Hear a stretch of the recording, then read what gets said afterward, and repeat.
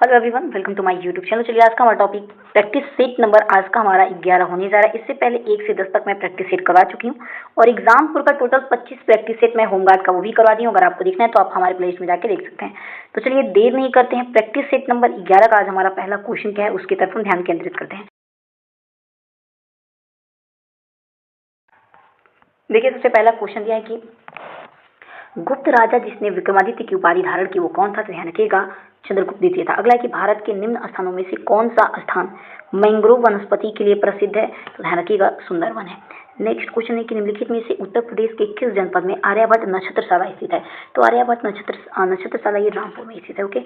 अगला है कि अशोक मेहता समिति ने पंचायती राज के लिए किन प्रतिमान की स्तुति की थी? तो ध्यान रखिएगा विकल्प की जगह द्विस्तरीय। ओके। अगला है कि 1944 में गांधीवाद योजना का प्रतिपादन किसने किया? तो ये किया गया था श्री मन नारायण अग्रवाल के द्वारा। ओके। नेक्स्ट क्वेश्चन अगला है कि जो मनुष्य यह नहीं समझ पाता कि कब उसे भोजन करना रोक देना चाहिए वह किससे पीड़ित है? ध्यान रखिएगा बुलिमिया से वो प्रभावित है। ओके, या फिर पीड़ित है कह सकते हैं। आइए नेक्स्ट क्वेश्चन अगला क्या दिया? अगला है कि भारत में कृषि को कौन सा क्षेत्र कहा जाता है? तो ध्यान रखिए भारत में कृषि को कौन सा क्षेत्र कहते हैं? तो प्राथमिक क्षेत्र के अंतर्गत आता है। अगला व्यापार में परिवहन का उद्देश्य क्या है? तो इसका उद्देश्य होता है स्थान उपयोगिता जोड़ना। अगला क्वेश्चन है कि मकड़ियों द्वारा उत्पादित रेशम क्या कहा जाता है? तो उसे हम गोस्मर रेशम कहते हैं। आइए अगले प्रश्न की तरफ बढ़ते हैं। देखिए अगला क्वेश्चन दिया हुआ है कि लोक नृत्य राहुला का संबंध यूपी के निम्नलिखित में से किस क्षेत्र से है? तो यूपी के बुंदेलखंड क्षेत्र से। अगला भारत में बाघ संरक्षण हेतु कौन सी परियोजना चलाई गई? तो उसके लिए प्रोजेक्ट टाइगर चलाई गई है। अगला क्वेश्चन है कि प्राचीन भारत में शिक्षा का मुख्य केंद्र कहाँ होता था? तो शिक्षा का मुख्य केंद्र गुरुकुल में होता था। अगला उत्तर प्रदेश का कौन सा क्षेत्र गेरू उत्पादन के लिए जाना जाता है? तो गेरू उत्पादन के लिए बांदा शहर। अगला क्वेश्चन है कि उत्तर प्रदेश में जमींदारी उन्मूलन और भूमि सुधार अधिनियम 1950 किसके अंतर्निहित है? तो ध्यान रखिएगा नवी अनुसूची के अंतर्गत है। अगला है कि यूपी पुलिस में महिला पुलिसकर्मियों की भर्ती किस उद्देश्य से बढ़ाई गई है? तो महिला अपराध नियंत्रण करने के लिए। ओके, यानी कि उस पर कंट्रोल पाने के लिए। अगला मानव अधिकारों की दृष्टि से हिरासत में यातना को क्यों अस्वीकार माना गया है? तो ध्यान रखिएगा यह मानवीकरण गरिमा का उल्लंघन करता है। ओके। अगला है कि ग्रीन पीस इंटरनेशनल का मुख्यालय कहाँ अवस्थित है? तो इसका मुख्यालय एम्स्टर्डम में अवस्थित है। आइए अगले प्रश्न की तरफ बढ़ते हैं। देखिए हमारा आगे क्वेश्चन ये है कि राष्ट्रीय एकता दिवस किसकी जयंती पर मनाते हैं? तो ये मनाते हैं सरदार वल्लभ भाई पटेल की जयंती पर। अगला है कि गीता रहस्य के लेखक कौन है? ध्यान रखिएगा गीता रहस्य के लेखक हैं बाल गंगाधर तिलक। ओके। अगला क्वेश्चन है कि हाल ही में किस देश ने 16 वर्ष से कम उम्र के बच्चों के लिए सोशल मीडिया पर प्रतिबंध लगा दिया है? ठीक है, और एक कानून बनाया गया है। ठीक है, तो ऑप्शन नंबर कौन सा हो जाएगा? ऑस्ट्रेलिया ने प्रतिबंध लगा दिया है। अगला है कि वन स्टॉप सेंटर सखी योजना का उद्देश्य क्या है? तो इसका उद्देश्य हिंसा से पीड़ित महिलाओं को एकीकृत सहायता देना है। अगला है कि अग्नि वलय किस प्राकृतिक घटना के लिए सबसे अधिक प्रसिद्ध? वलय किसके लिए प्रसिद्ध है? तो भूकंप और ज्वालामुखी विस्फोट के लिए। अगला है कि राष्ट्रीय हॉर्टिकल्चर मिशन किस पंचवर्षीय योजना में आया था? तो ये 10वीं पंचवर्षीय योजना के अंतर्गत। अगला है भारत में पहली बार जाति आधारित जनगणना कभी? तो जाति के आधार पर जनगणना 1931 में की गई। ठीक है, आइए नेक्स्ट क्वेश्चन लिखते हैं। अगला हमारा क्वेश्चन क्या दिया है? देखिए अगला हमारा क्वेश्चन दिया है कि लक्ष्य सेन किस खेल के लिए एक उभरते हुए खिलाड़ी है? तो लक्ष्य सेन बैडमिंटन से संबंधित है। अगला देखिए क्वेश्चन है कि निम्नलिखित में से कौन उत्तर प्रदेश के प्रथम लोकायुक्त हैं? तो प्रथम लोकायुक्त है नकीरा सिंह का न्यायमूर्ति विशंबर दयाल है। अगला क्वेश्चन है कि वैन किसके शासनकाल में भारत आया था? तो यह आया था सम्राट हर्ष के शासनकाल में। अगला है कि ग्रेट अटाजन बेसिन किस देश में अवस्थित है? तो ये अवस्थित है ऑस्ट्रेलिया में। अगला भारत में राष्ट्रीय पंचायत राज दिवस कब मनाया जाता है? तो ये मनाया जाता है 24 अप्रैल को। अगला क्वेश्चन है कि कौन सी संविधान संशोधन अधिनियम द्वारा मतदान की आयु 21 से घटाकर 18 कर दी गई है? तो 61वां संविधान संशोधन के तहत। अगला है कि भूमि विकास का बैंक का भाग क्या होता है? तो विकल्प जगह सहकारी शाख संरचना होता है। अगला समुद्री शैवाल किसका महत्वपूर्ण स्रोत है? तो ये होता है आयोडीन के स्रोत होते हैं। ठीक है, अगला क्वेश्चन निम्नलिखित में से कौन सा जैव डीजल पौधा है? तो जैव डीजल पौधा जेट्रॉफ है। अगला है कि रामसर कन्वेंशन किससे संबंधित है? तो ये संबंधित है आदिभूमि संरक्षण से। अगला क्वेश्चन है कि महाकुंभ में एआई आधारित भीड़ प्रबंधन के लिए किस विभाग को डिजिटेक अवार्ड से सम्मानित किया गया था? ध्यान रखिएगा किस विभाग को डिजिटेक से सम्मानित किया गया था पूछा जा रहा है। तो देखिए राइट आंसर बी हो जाएगा, ये उत्तर प्रदेश पुलिस को किया गया था। अगला प्रधानमंत्री राष्ट्रीय बाल पुरस्कार 2025 पाने वाले अजय राज उत्तर प्रदेश के किस जिले से संबंधित हैं?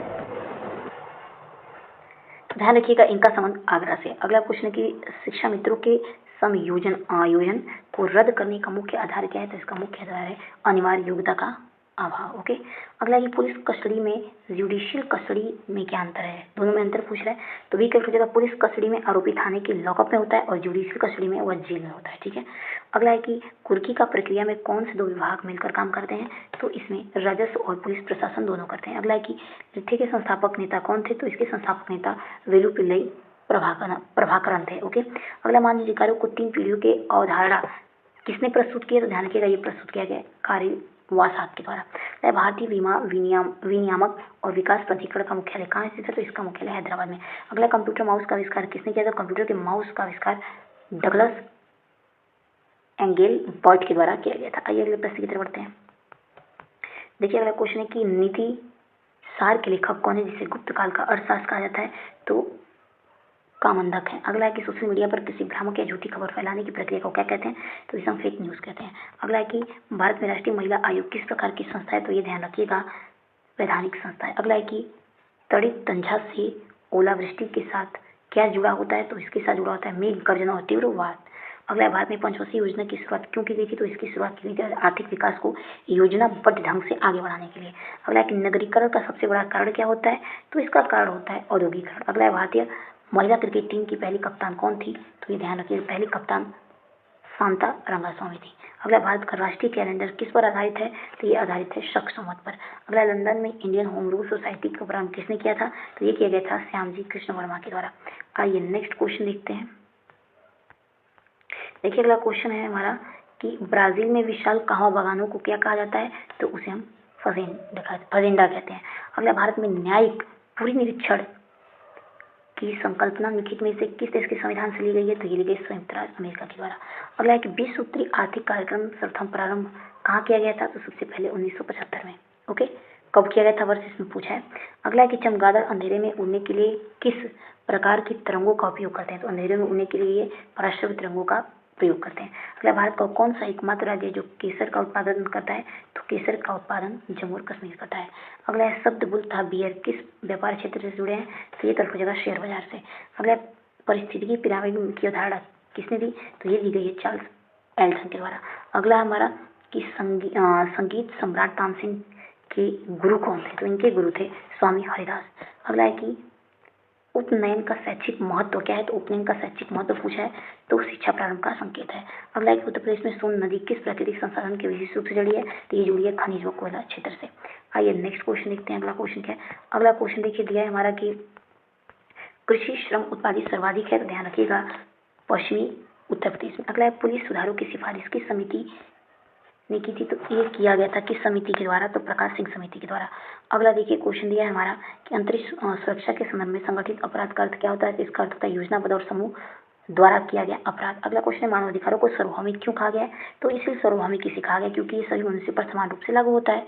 अगला है कि संयुक्त राष्ट्र महासंघ में प्रत्येक सदस्य देश को कितने मत प्राप्त होते हैं, तो ध्यान रखिएगा सीकर हो जाएगा 1। अगला विश्व साक्षरता दिवस कब मनाते हैं, तो विश्व साक्षरता दिवस हम 8 सितंबर को मनाते हैं। अगला हाल ही में जारी की गई पुस्तक वाई भारत मैटर्स के लेखक कौन है, तो इसके लेखक हैं एस जयशंकर। अगला महिला शिक्षा को सशक्तिकरण की कुंजी क्यों कहा जाता है, तो ध्यान रखिएगा क्योंकि इसे जागरूकता आत्मनिर्भरता और आत्मविश्वास इसे बढ़ाना होता है। अगला है कि राष्ट्रीय चैम्बर ऑफ उद्योग एवं वाणिज्य उत्तर प्रदेश में कहाँ स्थित है, ध्यान रखिएगा ये यूपी में कहाँ स्थित है, तो ध्यान रखिएगा करेक्ट आंसर क्या हो जाएगा आगरा हो जाएगा। ओके, अगला क्वेश्चन है कि जवाहर रोजगार योजना की शुरुआत किस वर्ष हुई थी, तो इसकी वर्ष 1989। ठीक है, अगला क्वेश्चन है कि 2011 जनगणना के अनुसार अनुसूचित जनजाति का लिंगानुपात कितना दर्ज किया गया था, तो इसका लिंगानुपात 990 था। अगला कि उन्हें लेखरा किस खेल से संबंधित है, तो ये है पैरा निशानेबाजी से। अगला कि सबसे बड़ा महाद्वीप कौन सा है, तो सबसे बड़ा महाद्वीप ध्यान रखिएगा एशिया है। अगला मुगल काल में जनपद को क्या कहा जाता है, तो मुगल काल में जनपद को हम सरकार कहते हैं। अगला इनमें से कौन सा विषय राज्य सूची में आता है, तो राज्य सूची के अंतर्गत रेलवे पुलिस आता है। अगला है कि निम्नलिखित में से किस नदी के तट पर बद्रीनाथ का प्रसिद्ध मंदिर है, तो ध्यान रखिएगा बद्रीनाथ का प्रसिद्ध मंदिर है अलकनंदा पर। अगला है कि चूना पत्थर का रासायनिक नाम क्या है, तो इसका रासायनिक नाम कैल्शियम कार्बोनेट होगा। ऑप्शन नंबर 1 राइट आंसर हो जाएगा। अगला है कि NAFED संबंधित है किससे, तो ये कृषि विपणन से। अगला हरित क्रांति से भारत से कौन सा राज्य सर्वाधिक लाभान्वित हुआ है, तो उसी के वजह पंजाब हरियाणा और पश्चिमी उत्तर प्रदेश। आइए नेक्स्ट क्वेश्चन की तरफ बढ़ते हैं। अगला क्वेश्चन है क्या दिया, अगला देखिए क्वेश्चन के उपभोक्ता संरक्षण व्यापार में क्यों आवश्यक है, तो उपभोक्ता संरक्षण व्यापार में इसलिए आवश्यक है क्योंकि उपभोक्ताओं को शोषण से बचाने के लिए।